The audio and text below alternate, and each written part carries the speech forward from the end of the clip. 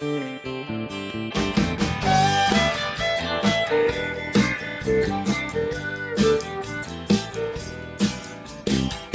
program is sponsored by Bet's Gold Coin. Join us for family-friendly dining. Welcome to Women Leaders of Mariposa. I'm Carol Dewey, your host, and today my guest is Jill Pisoni-Harry. Thank you for joining me, Jill.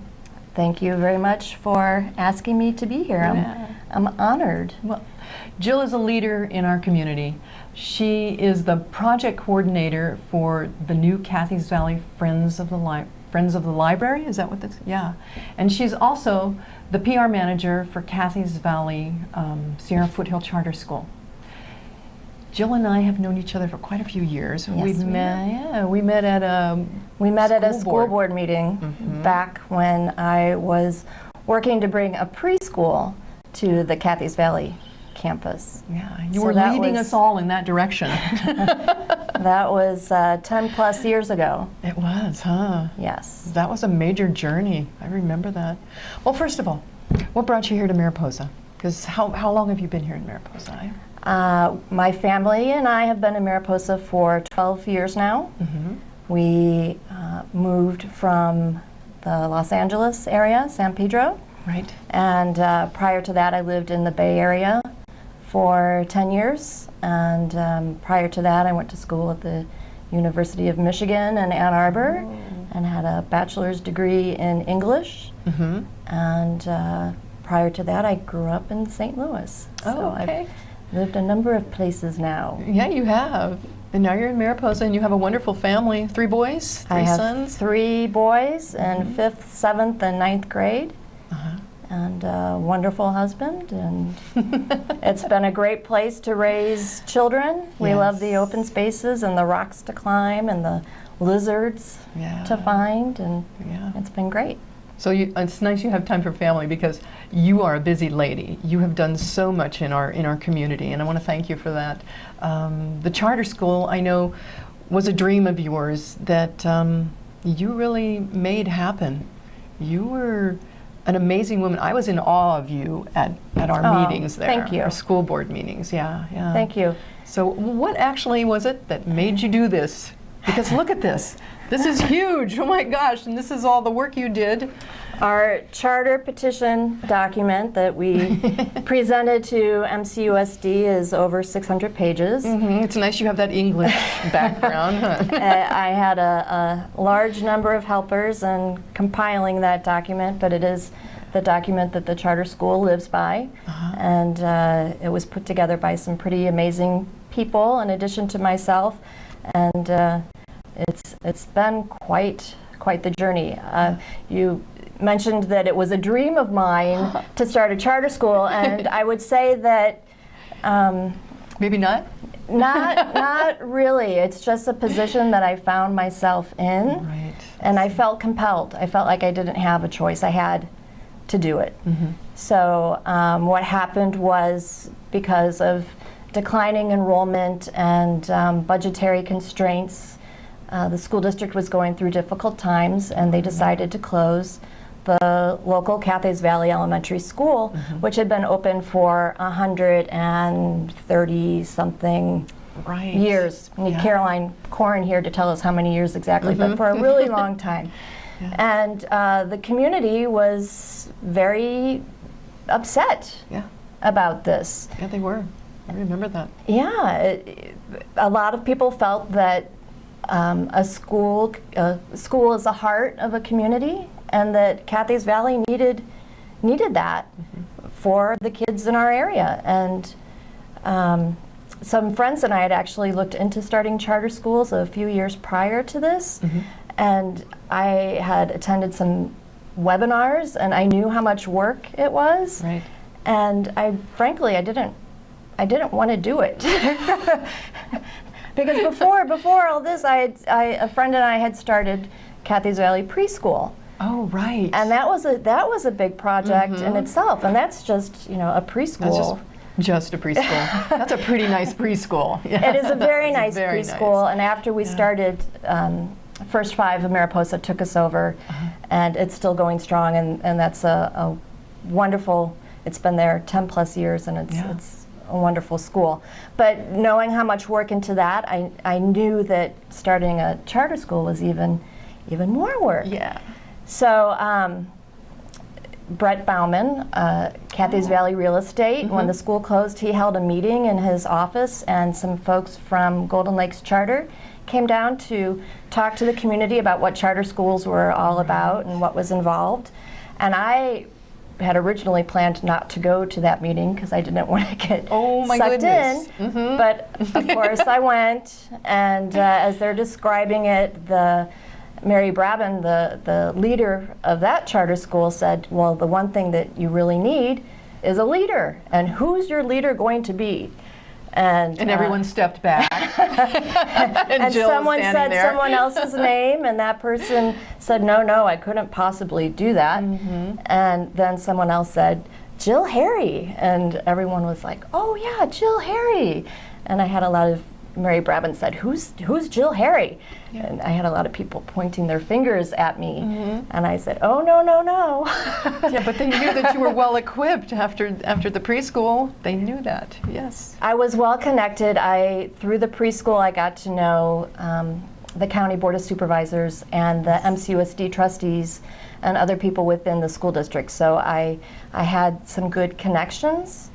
And for the first couple of weeks, I said, no, I'm not doing this. But eventually they wore me down, and I spoke to my husband about it, who also knew it was going to be quite the path. And so I said yes. And the reason I said yes was because one was we had a school site, and that's huge. Sure it is, yeah. Finding appropriate space The is facility's already there, yeah. the number one problem. But there was also this huge group of old-time community members and new UC Merced Oh, yeah. staff who were standing beside me and saying, yes, we will help to get this done. Nice. And it was full immersion for 3 years. So I became the board chair and the lead petitioner. And for the first year, we had weekly meetings, sometimes more than that. Wow.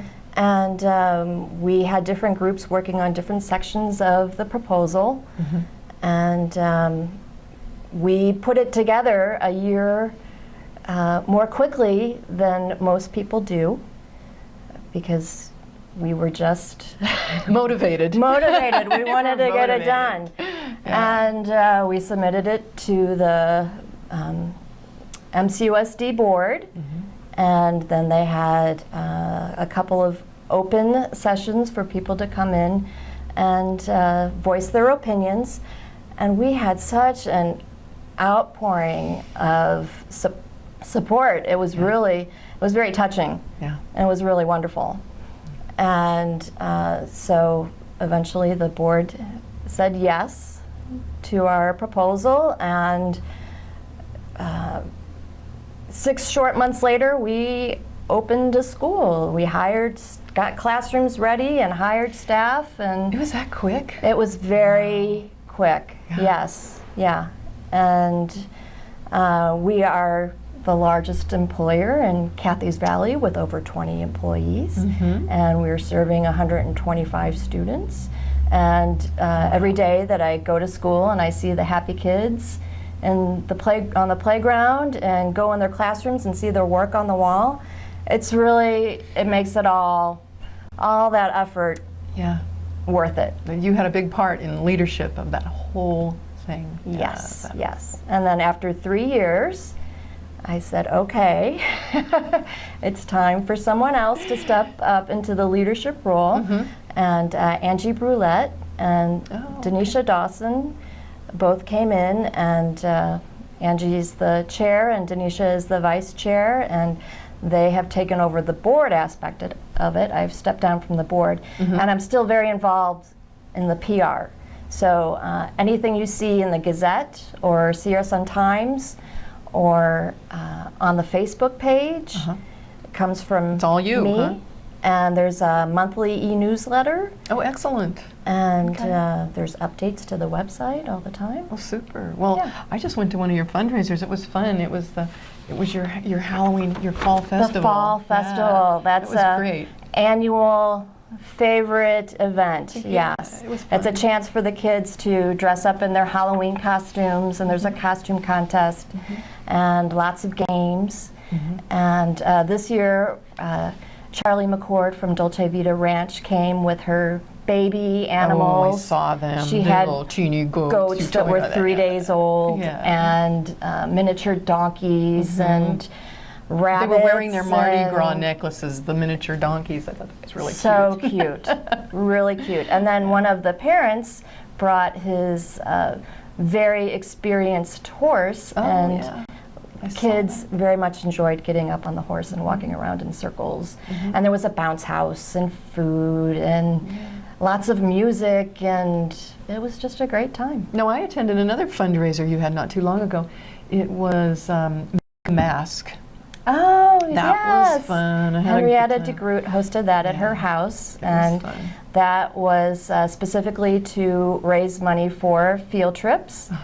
And yeah, popular event. And that's the sort of thing that kind of arts and incorporating that into the classroom is one of the things that we like to do at the charter Right. schools. Arts and music, huh? Oh, and the Yeah. garden. Yeah, and the yes.